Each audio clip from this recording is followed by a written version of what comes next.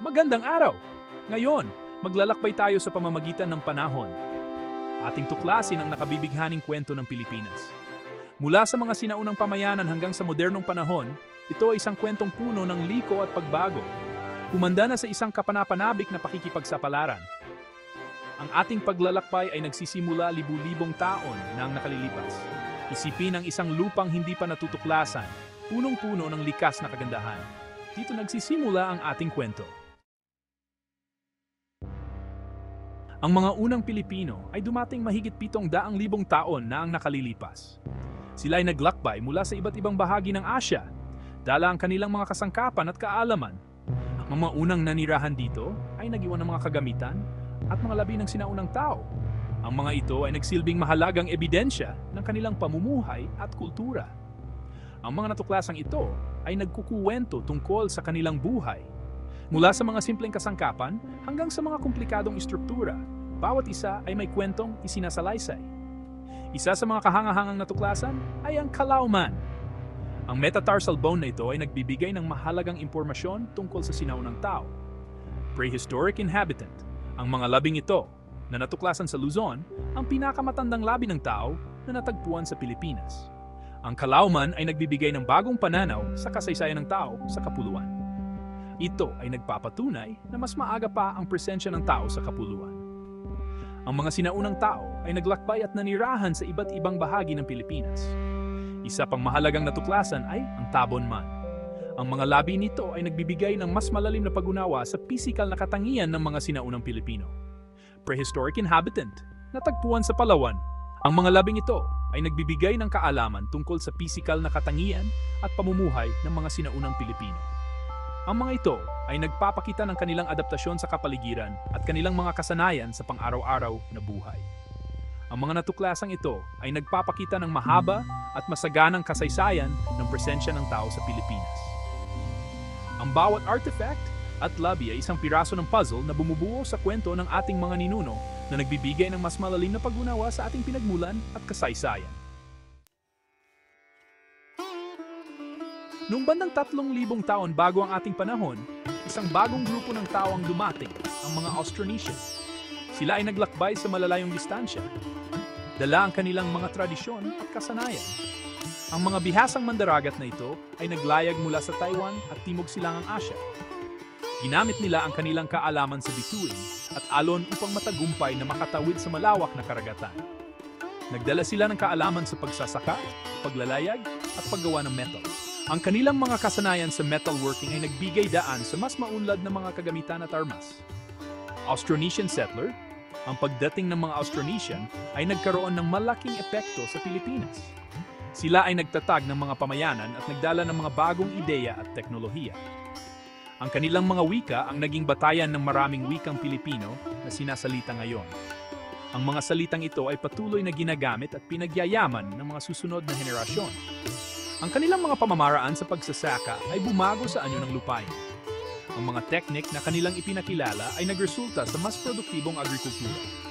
Ang pamana ng mga Austronesian ay malalim na nakaugat sa kultura at pagkakilanlan ng mga Pilipino.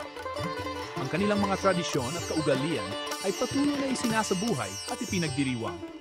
Ang kanilang pagdating ay isang mahalagang kabanata sa kasaysayan ng bansa. Ang impluwensya ng mga Austronesian ay makikita sa iba't ibang aspeto ng buhay Pilipino, mula sa wika hanggang sa sining at agrikultura. Lumipas ang mga siglo at umusbong ang mga makapangyarihang kaharian. Sa Luzon, naroon ang kaharian ng Tundok. Ito ay may maayos na pamahalaan at pakikipagkalakalan sa China. Sa Timog, umunlad ang Buddhist na kaharian ng Butuan. Muslim trader kinontrol nito ang kalakalan ng Ginto na nagpapakita ng kayamanan ng kapuluan.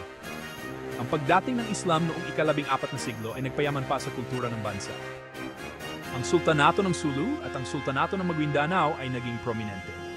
Ang mga sultanatong ito ay nagtaguyod ng kalakalan at pag-aaral ng Islam. Ipinapakita nito ang pagkakaiba ng mga kultura at paniniwala na humubog sa Pilipinas. Noong taong 1052, si Ferdinand Magellan, isang Portuguese explorer, ay dumaong sa Pilipinas.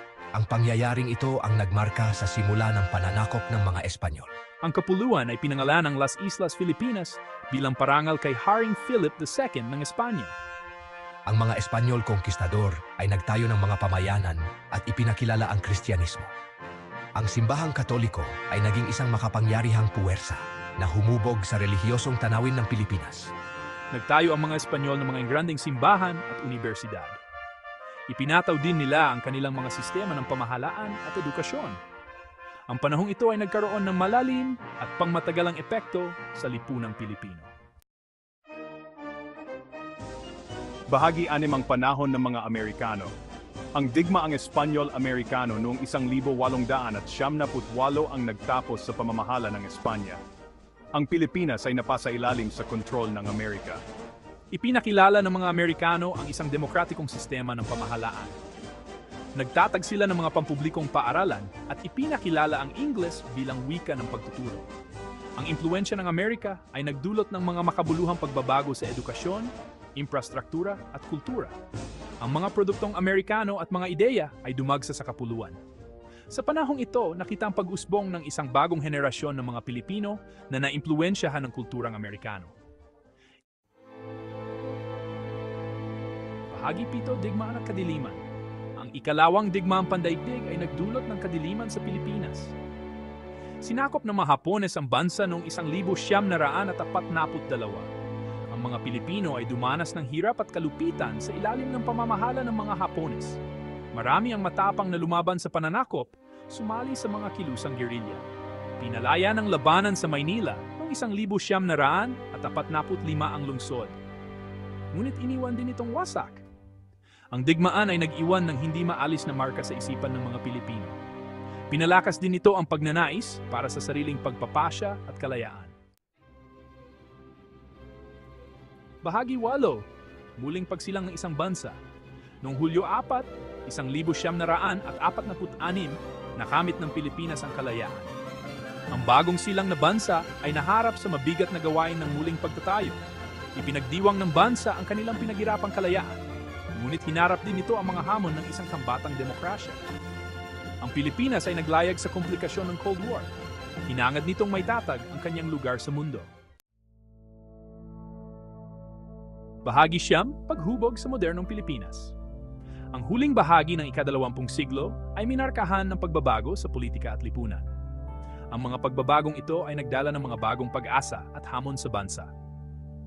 Ang pagdedeklara ni Ferdinand Marcos ng batas militar noong 1972 ay nag-usbong ng isang panahon ng autoritaryan na pamamahala. Sa ilalim ng kanyang pamumuno, ang bansa ay nakaranas ng matinding pagbabago sa estruktura ng gobyerno at lipunan. Ang panahong ito ay nakasaksi ng paglago ng ekonomiya, ngunit pati na rin ang mga pang-abuso sa karapatang pantao at katiwalian.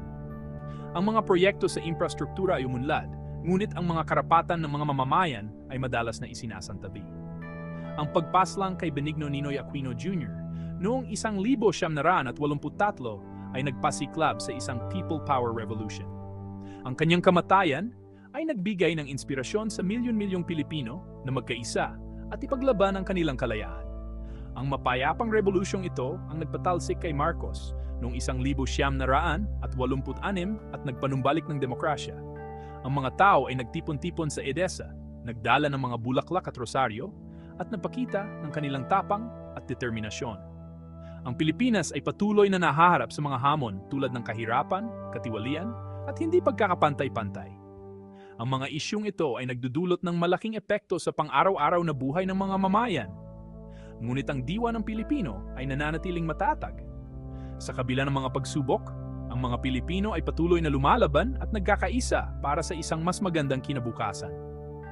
Ang bansa ay kilala sa masiglang demokrasya, mainit na pagtanggap, at hindi matitinag na pag-asa para sa isang mas maliwanag na kinabukasan. Ang mga Pilipino ay kilala sa kanilang pagiging magiliw at mapagpatuloy na siyang nagbibigay ng inspirasyon sa buong mundo. Mula sa mga unang yapak ng mga sinaunang nanirahan hanggang sa komplikasyon ng ika-21 siglo, ang kwento ng Pilipinas ay isang kwento ng katatagan, pagbabago, at walang hanggang diwa ng mga tao nito.